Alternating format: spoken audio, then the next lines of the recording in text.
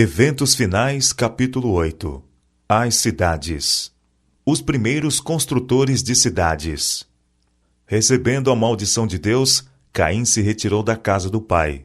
Escolheu a princípio para si a ocupação de cultivador do solo, e então fundou uma cidade, chamando-a pelo nome de seu filho mais velho.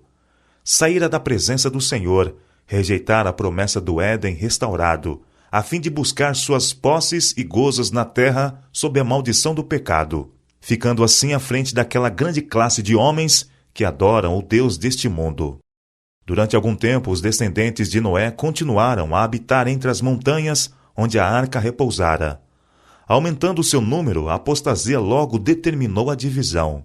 Aqueles que desejavam esquecer-se de seu Criador e lançar de si as restrições de sua lei, sentiam um incômodo constante pelo ensino e exemplos de seus companheiros tementes a Deus. E depois de algum tempo, resolveram separar-se dos adoradores de Deus. Conseguintemente, viajaram para a planície de Sinear, nas margens do rio Eufrates. Ali resolveram edificar uma cidade, e nela uma torre de altura tão estupenda que havia de torná-la uma maravilha do mundo. As cidades são viveiros de vícios. A prossecução de prazeres e divertimentos centraliza-se nas cidades. Muitos pais que escolhem um lar na cidade para os filhos, pensando dar-lhes maiores vantagens, são desapontados, mas demasiado tarde se arrependem de seu terrível erro. As cidades de nosso tempo tornam-se depressa como Sodoma e Gomorra. Os muitos feriados animam a ociosidade. Os divertimentos excitantes, o teatro, corridas de cavalo, jogos, as bebidas alcoólicas, banquetes e orgias excitam ao extremo todas as paixões. A juventude é arrastada pela corrente popular. Foi-me revelado que as cidades se encherão de confusão, violência e crime, e que estas coisas aumentarão até ao fim da história da terra. Em todo o mundo as cidades se estão tornando viveiros de vícios. Por toda parte se vê e ouve o que é mal, e encontram-se estimulantes à sensualidade e ao desregramento. Juízos que sobrevêm às cidades. Terríveis abalos sobrevirão à terra, e os suntuosos palácios erigidos à custa de enormes despesas certamente se transformarão em montões de ruínas. Quando é retirada a mão de Deus que restringe, o destruidor começa sua obra. Então ocorrerão as maiores calamidades em nossas cidades. O Senhor faz advertências aos habitantes da terra, como no incêndio de Chicago e nos de Melbourne, Londres e da cidade de Nova York. O fim está perto, e cada cidade será transtornada de todos os modos. Haverá confusão em todas as cidades. Tudo que puder ser abalado há de ser abalado, e não sabemos o que virá em seguida. Os juízos serão de acordo com a iniquidade das pessoas e luz da verdade que elas tiveram.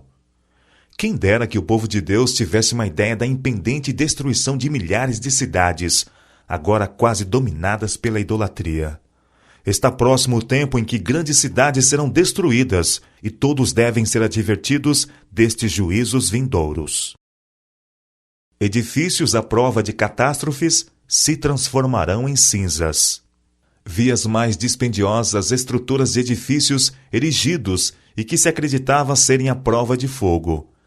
E assim como Sodoma pereceu nas chamas da vingança de Deus, essas suntuosas construções também se transformarão em cinzas. Os lisonjeiros monumentos da grandeza de homens serão reduzidos a pó, mesmo antes que sobrevenha ao mundo a última grande destruição. Deus está retirando o seu espírito das ímpias cidades, as quais se tornaram como as cidades do mundo antediluviano e como Sodoma e Gomorra. Suntuosas mansões, maravilhas da habilidade arquitetônica serão destruídas num momento para outro, quando o Senhor notar que os proprietários excederam os limites do perdão.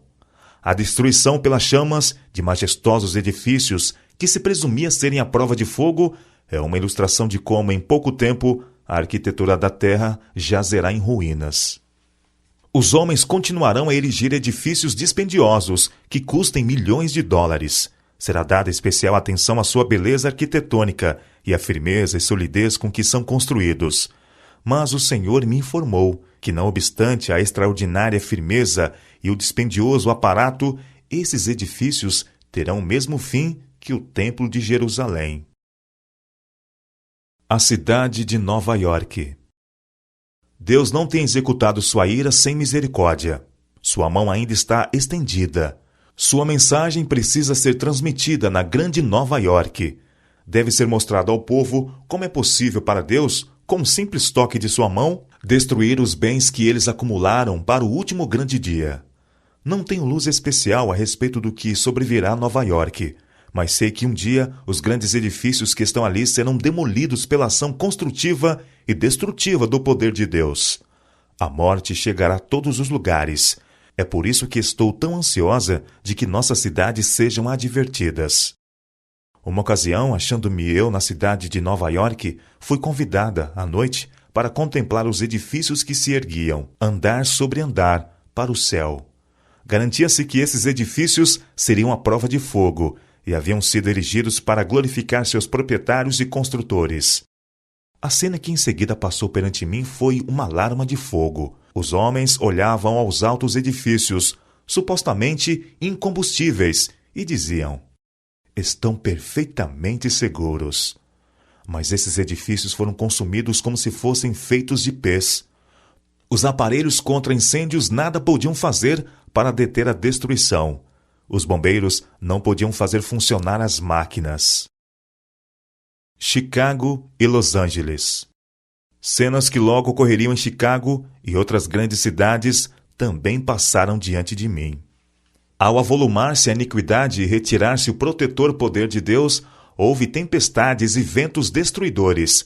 Edifícios foram destruídos pelo fogo e deitados abaixo por terremotos.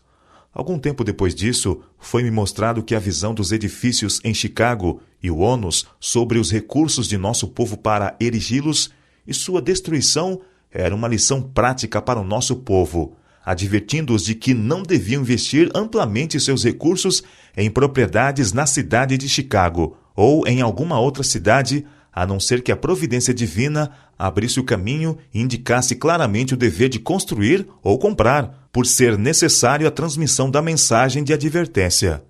Foi feita uma admoestação similar no tocante ao ato de construir em Los Angeles. Reiteradas vezes tenho sido avisada de que não devemos aplicar recursos na construção de edifícios dispendiosos nas cidades.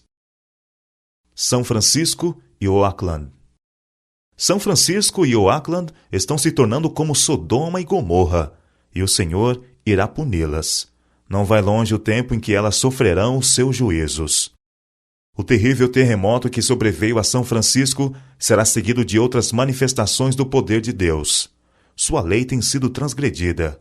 As cidades tornaram-se poluídas pelo pecado. Estudai a história de Nínive.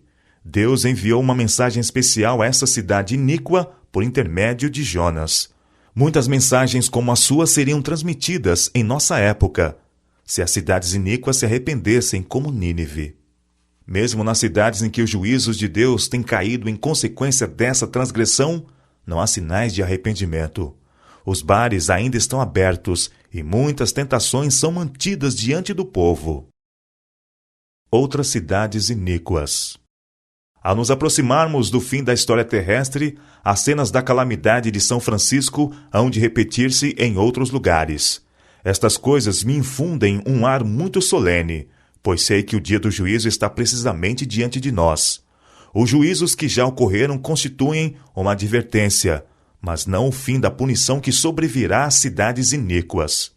Estas cenas logo serão presenciadas assim como foram claramente descritas. Apresento estas maravilhosas declarações das Escrituras para a consideração de todos. As profecias relatadas no Antigo Testamento são a palavra do Senhor para os últimos dias e cumprir-se-ão com tanta certeza como vimos a desolação de São Francisco. Tenho ordem de declarar a mensagem, dizendo que as cidades onde reina a transgressão, extremamente pecadoras, serão destruídas por terremotos, pelo fogo e por dilúvio. Todas as advertências de Cristo acerca dos eventos que ocorrerão perto do fim da história terrestre estão agora se cumprindo em nossas grandes cidades. Deus está permitindo que estas coisas sejam trazidas à luz para que as possa ler até quem passa correndo. A cidade de São Francisco é uma amostra do que o mundo inteiro está se tornando. O pernicioso suborno, a malversão de recursos, as transações fraudulentas entre os homens que têm autoridade para soltar os culpados e condenar os inocentes, toda essa iniquidade está enchendo outras grandes cidades da terra e tornando o mundo como ele era nos dias que precederam o dilúvio. Os sindicatos nas cidades. Satanás está ativamente em operação em nossas cidades populosas. Sua obra é observada na confusão, na luta e discórdia entre o capital e o trabalho, bem como na hipocrisia que penetrou nas igrejas. A concupiscência da carne, a soberba dos olhos, a ostentação do egoísmo, o abuso do poder, a crueldade e a força empregados para fazer com que os homens se liguem às confederações e uniões, atando-se a si mesmos em molhos para a queima dos grandes fogos dos últimos dias, tudo isso é operação de instrumentos satânicos. Os ímpios estão sendo atados em feixes, atados em trustes, em sindicatos, em confederações. Não devemos ter nada que ver com essas organizações. Deus é nosso soberano, o nosso governador, e Ele nos convida a sair e separar-nos do mundo. Retirai-vos do meio deles, separai-vos, diz o Senhor, não toqueis em coisas impuras. Se recusarmos fazer isso, se continuarmos a nos vincular ao mundo e a encarar toda a questão de um ponto de vista mundano, tornar-nos-emos como o mundo. Quando métodos e ideias mundanos governam nossas transações, não podemos colocar-nos sobre a elevada e santa plataforma da verdade eterna. Os sindicatos, uma fonte de perturbação para os adventistas. Os sindicatos serão um dos instrumentos que trarão sobre a terra um tempo de angústia, tal como nunca houve desde o princípio do mundo. Alguns homens combinarão segurar todos os meios que se possam obter em certos ramos de negócio. Formar-se-ão sindicatos, e os que a eles se recusam unir serão homens marcados. Por causa dessas uniões e confederações, logo será muito difícil nossas instituições levarem avante seu trabalho nas cidades. Minha advertência é: conservai-vos fora das cidades. Não edifiqueis sanatórios nas cidades. Bem depressa se aproxima o tempo em que o poder controlador dos sindicatos será muito opressivo. Nas cidades, muitos anseiam por luz e verdade. As cidades das nações serão tratadas rigorosamente.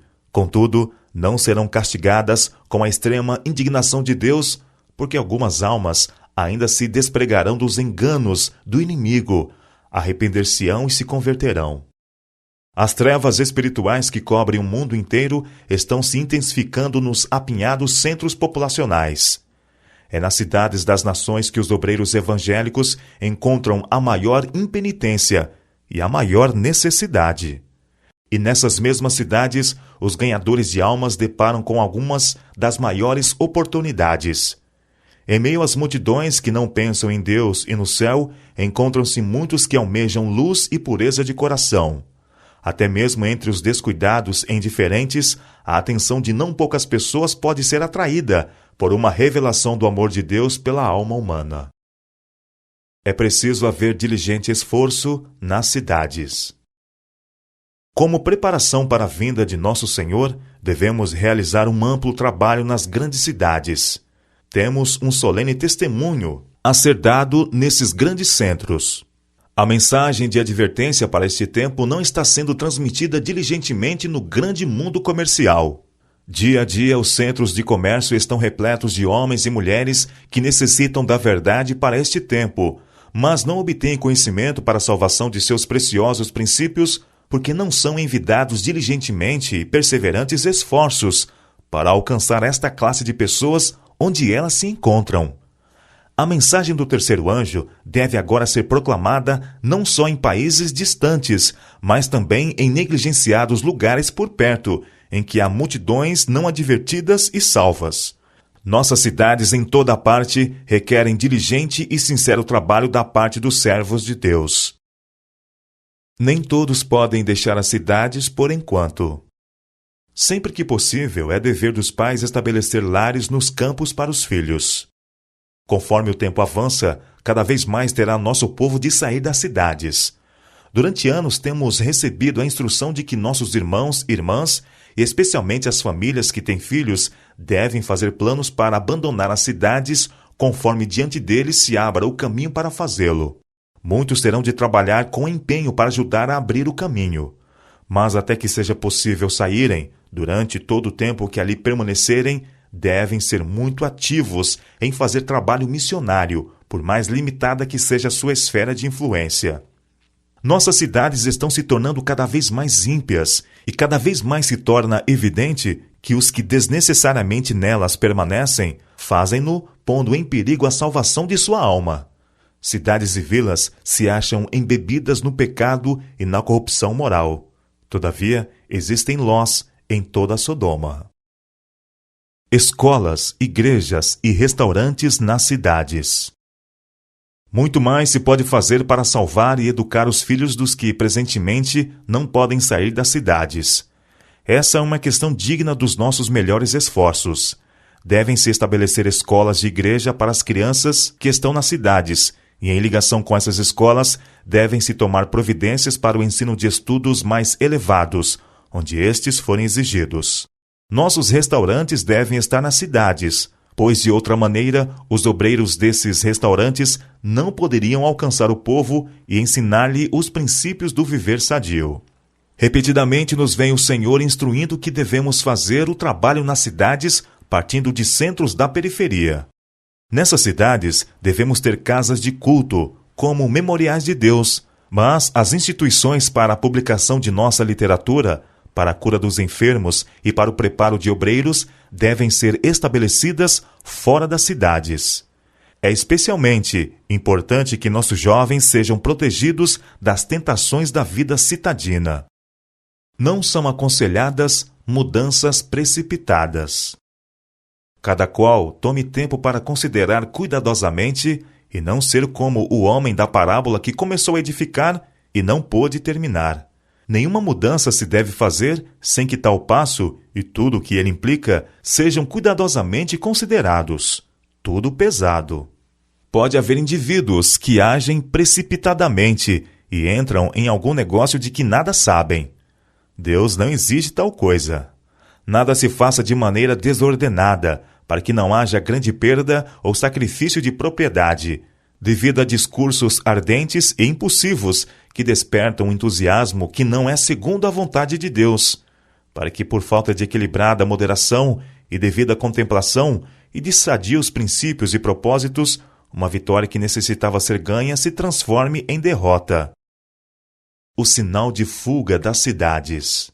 Não vem muito distante o tempo em que, como os antigos discípulos, seremos forçados a buscar refúgio em lugares desolados e solitários.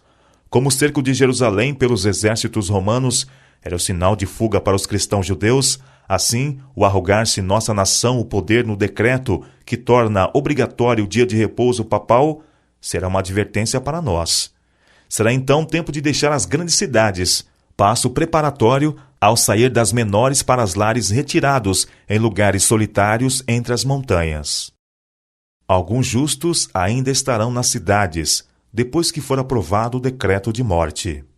No tempo de angústia, fugimos todos das cidades e vilas, mas fomos perseguidos pelos ímpios, os quais entraram nas casas dos santos com a espada.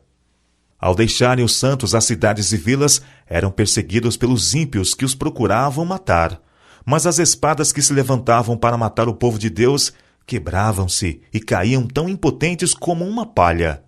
Anjos de Deus escudavam os santos. Posto que um decreto geral haja fixado um tempo em que os observadores dos mandamentos poderão ser mortos, seus inimigos, em alguns casos, se antecipam ao decreto e, antes do tempo especificado, se esforçam por tirar-lhes a vida. Mas ninguém pode passar através dos poderosos guardas estacionados em redor de toda a alma fiel. Alguns são assaltados ao fugirem das cidades e vilas, mas as espadas contra eles levantadas se quebram e caem tão impotentes como a palha. Outros são defendidos por anjos sob a forma de guerreiros.